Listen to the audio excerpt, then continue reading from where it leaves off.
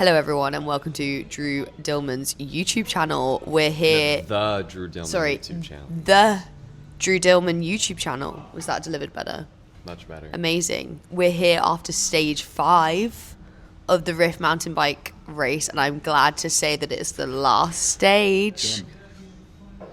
So do you guys want to go through what we did today? Yeah. It was a surprisingly hard course. You know, you get to the last day and we've already had some epic days, and today was just another epic day. We start pretty much right out the gun with like an 8-9 mile climb. Although this one wasn't that steep. It was like average 4 or 5% the whole way. Paved for the first couple miles and then gravel. Then you get to the top and hang a right, and then you go across what they were calling the swamp, which was really cool. It's like very green and mossy. You go through some rocky bits, but it's a lot of this. There were some like natural pump tracks, which I thought were a lot of fun. It was like, but like just natural. That's what they were. A couple little rocky bits, a couple little steep bits. There was one little super muddy section. And then you drop down the backside of that into like a valley. I had no idea where we were. I thought we were dropping into a valley and there wasn't going to be anything there, but there was like a highway and a campsite and everything. We did some like riding around down in there, and then you kind of just make your way back up the backside of the mountain and you do another very similar climb, but this one was switchbacks all the way up of gravel. And then you get to the top of that climb and you're at the back, you're back at the start of the swamp again. So then you do the whole swamp bit again, and then you drop down, and then the most mountain bikey single track part of it, not single track, but like the most technical bit was the last 3 or 4 miles that were basically straight down the mountain into a crazy strong headwind for the last mile to the finish. And we finished at a lagoon today, so that was pretty cool. So in terms of like a course profile, it was 2 big climbs and 2 big descents. Best way to summarize it, yeah. Pretty much, yeah. And then some muds at the top, yeah. Yeah, flat riding at the top, but it was double tracky, so it was kind of fast, but it wasn't like you could just open up. We never got above the clouds. It was like we were riding through the clouds all day, like super foggy. So I thought that was kind of cool. It never really rained, but you were kind of wet the whole time, you know? I got quite cold at points. It was definitely colder today. Even the second climb, I got a bit cold. Clearly I wasn't pushing hard enough on the second climb.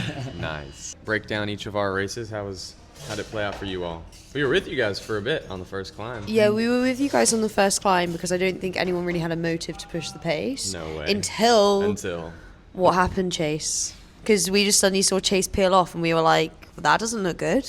The bottom of my shoe, the cleat was loose, so I had to pull over because I didn't want it to get worse. When I pulled over, there was maybe a reaction. And the pace increased, and the group became more splintered. And what I thought was going to be like a minute or two chase was probably 6 minutes. 6 minutes. Luckily, it was a headwind, so Andrew waited for me, so he kind of towed me back up. But I was like, did you really expect them to wait for us? Yeah, because it was so chill. It's like when in like a grand tour, if nobody's pushing yellow jersey crashes. If nobody's pushing the pace and a mechanical happens to some team. He pulled over and stopped, so then I pulled over, and then as soon as we kind of both pulled over, I heard Gordon. Yeah, he did say being something. Like, if I were a men's duo, this seems like a great time to press it. and he spoke up and he was like, well, if I was a pro man right now, I think I'd be putting exactly on what the he said. burners. And then Exactly I think what he that's said. kind of, I think him saying that probably the other people Triggered them. heard it and were like, yeah, maybe we could It wasn't pick up like, the pace. and they also didn't do it obviously. Yeah, they just started to wind it on a little bit. I wasn't surprised. I I also wasn't worried either, but Yeah, I wasn't worried. I was just kind of like, okay, like we are proper racing today, not just chilling. So yeah, so once he got his cleat sorted out, we tried to as quick as possible, because I know the longer you wait, the quicker you can close a gap, the better. So we kind of nuked it up the climb to catch those guys. We got there, and then I think the pace probably settled up a bit once we got up there. or at least for us it did. And so then we were able to ride the rest of the climb pretty chill. We rode the whole swamp section chill. And then when we got to this, we even all of us even stopped at one of the aids and grabbed a Snickers. Really? One of the guys even gave me a Snickers. So, and then I ended up with 2 Snickers in my pocket. And then on the second climb, it was pretty chill for the first bit. You we can't were say tatting. chill. We're doing like over 300. We're doing like But we were tatting. sweet spot the whole time. Well, we were talking the Yeah, whole time. you and Matt. Me and Nick were in the back like. Okay. bleh. Yeah. Well, and then okay, we weren't going chill, and then when we weren't going chill, Chase attacked. Yeah, So we went. how are you already on the rivet? You and could then say you we were attack? going tempo up the climb, like a pretty solid pace. And then Nick was opening some gaps, so I wanted to test the waters to see if he's just like not wanting to be right on Matt's wheel or if he's actually starting to feel it.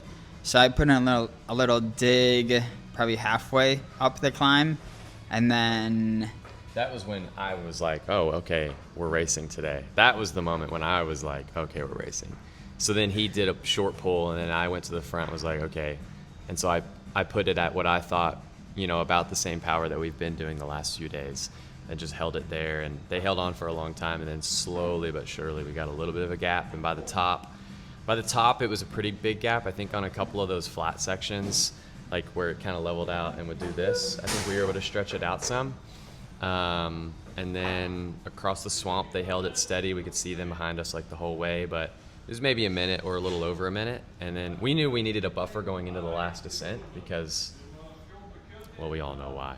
And and like it's easier to mess up on this sort of stuff because there's like loose rocks and it's this like rutted single track that if you rub your wheel the wrong way you could easily tip over, where stages 1 and 2 you kind of had some grace in a lot of spots to mess up. so we went into that downhill with a buffer, and actually about halfway down, we couldn't see them, but then out of nowhere, Nick passed us both. What? Out of nowhere. I was looking back, didn't see him, or I'd see him pretty far back, and then out of nowhere, he's right on my wheel, and he's like, hey, can I come by? I'm like, sure. And so then he's in front of us, but then we still can't see Matt Champ behind us. So I was like, well, that's good. And I knew that Nick just likes to have fun on the downhill, so he was like just doing his own thing and then was going to wait for Matt. But so Matt, we still had a pretty decent gap on Matt, but then we started to see him get closer and closer. So then I started to get a little more like, okay, come on, Chase, like let go of the brakes a little. And What did you guys do on there was like a stile over because that's like it's a good place to just look back and get a gauge. So I think that's actually might have been our saving grace, because Nick went over that ahead of us, so we knew it was there. Yeah. So he gave us the cue that it was there. I threw my bike over, did it. I ran over the stairs real quick, and it was kind of sketchy. And then so that by the time he got there, he just handed me his bike over the fence. And then what actually happened was Nick was already down the trail, and Matt got stuck on the ladder. His own. Because I think he said he slipped and fell off the ladder twice. Wow. So then he was kind of close behind us, but then that kind of made it go out. He said he just gave up after that. And also it's the morale thing. Like, imagine hitting that stairs on your own and falling off, yourself, and yeah. your partner's ditched you.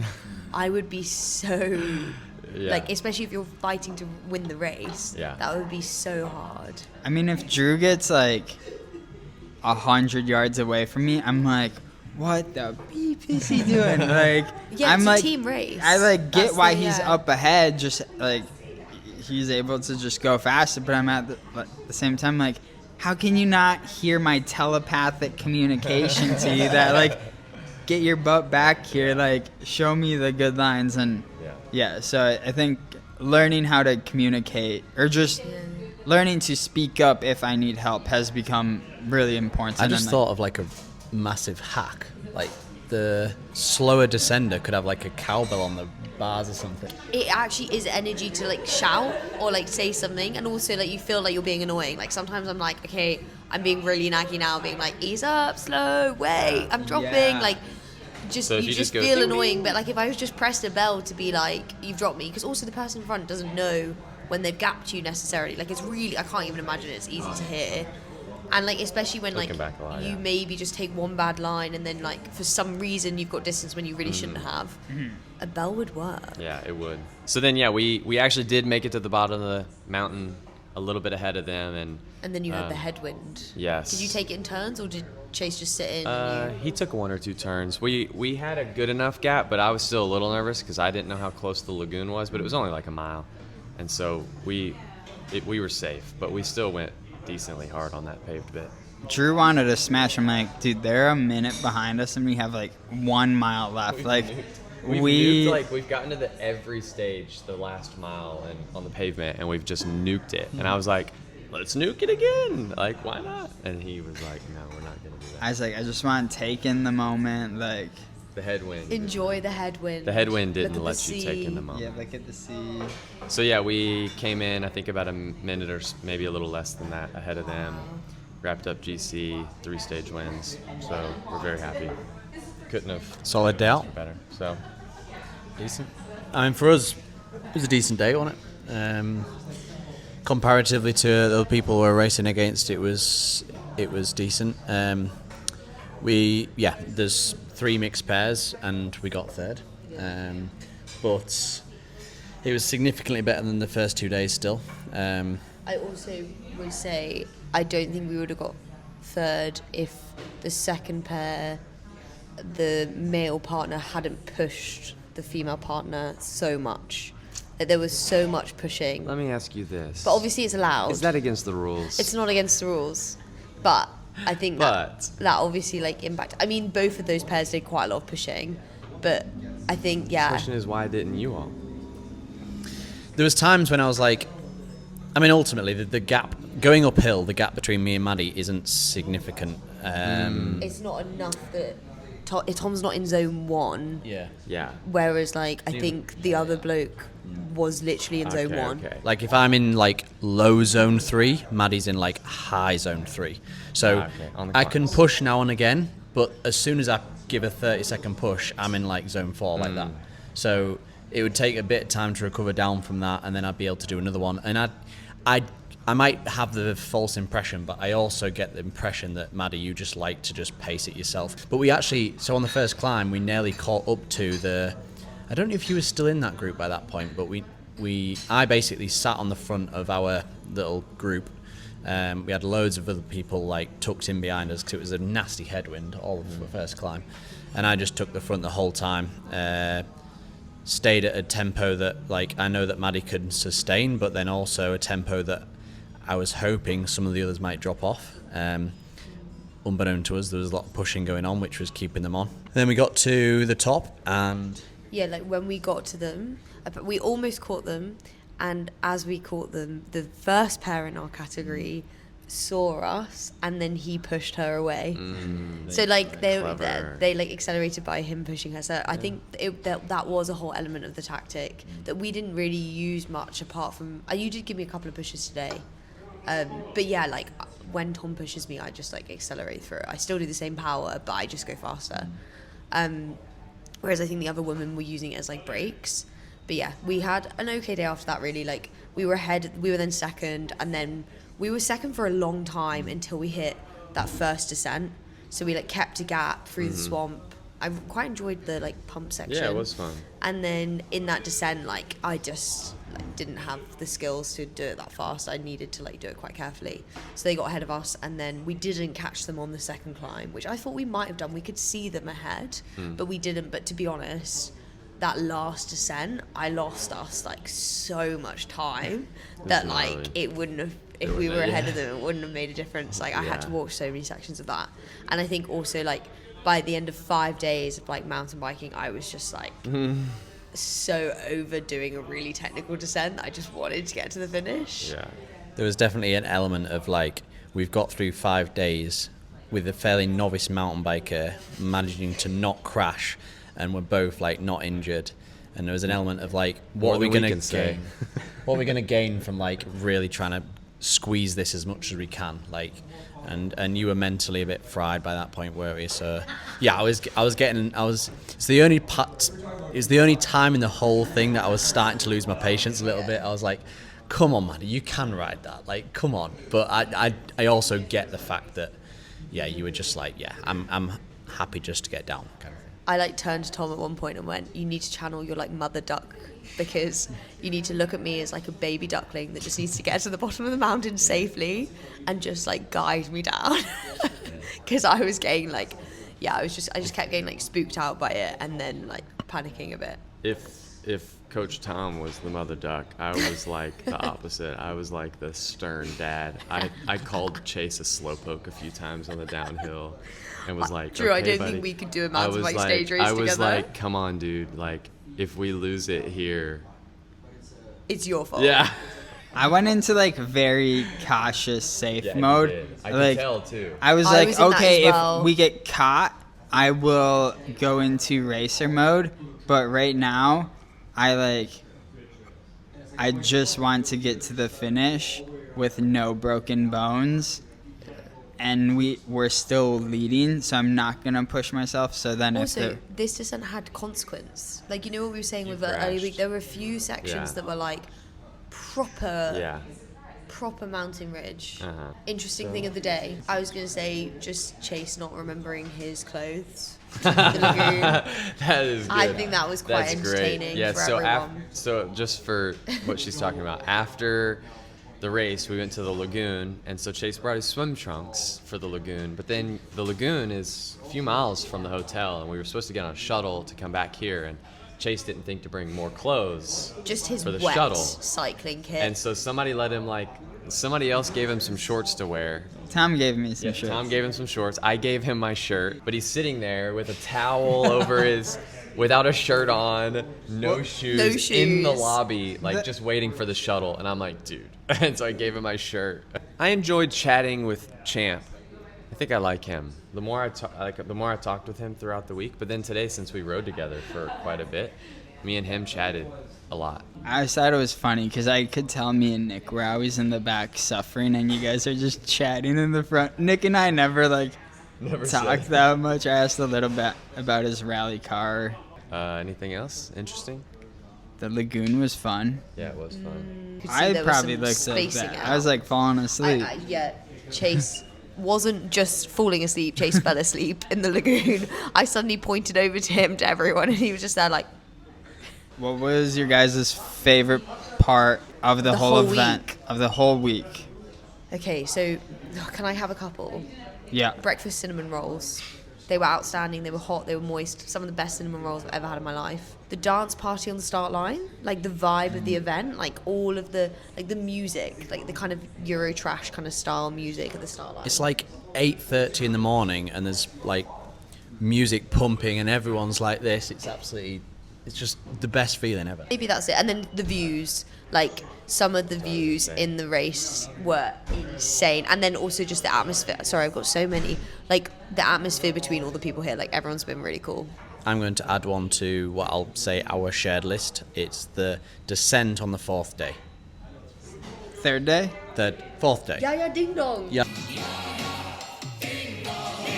I know, ding dong. Yeah, I couldn't remember the name. I was like, what are you talking about? I'm gonna kudos the views. I think just the views. Like if I was to think of one memory from the week that stands out, it was just once you got above the clouds on stage 3. I just keep thinking about how awesome that was, and like how unique, just how rare it is for people to get to experience that. And I'm extremely grateful for this experience. I would say, yeah, stage 3, after that hike a bike or like really long climb, just cresting and seeing like snow and a beautiful view, like that was one of my highlights. Cinnamon rolls, another highlight. Just hanging out with Drew all week has been a highlight, because we haven't been together for most of this season. And you had to share a bed. And we got to share a bed. We got to share. Not had to. Got to. I was also gonna say that like everybody here except for Tom's a Lauf rider, and to get to see and like meet the people behind the brand, I think is really cool. Like everybody behind Lauf are just such cool people. Like they love this event. They just seemed like over the moon about how well the event went, and so getting to hang out with them was pretty cool too. It also just kind of validates your kind of opinion, like not your like your choice of bike sponsor as well. Yes. I feel like this week has like massively validated that. Where I'm like, Yes. I love my bike sponsor. Yes, exactly. And I love the bike. Like the bike is awesome, but then you meet the people behind it, and, And then you're like, I like this even more. yeah. Feels Yeah. like a family, doesn't it? Yes. Cool. Is that it? Thanks for watching. Awesome. Bye.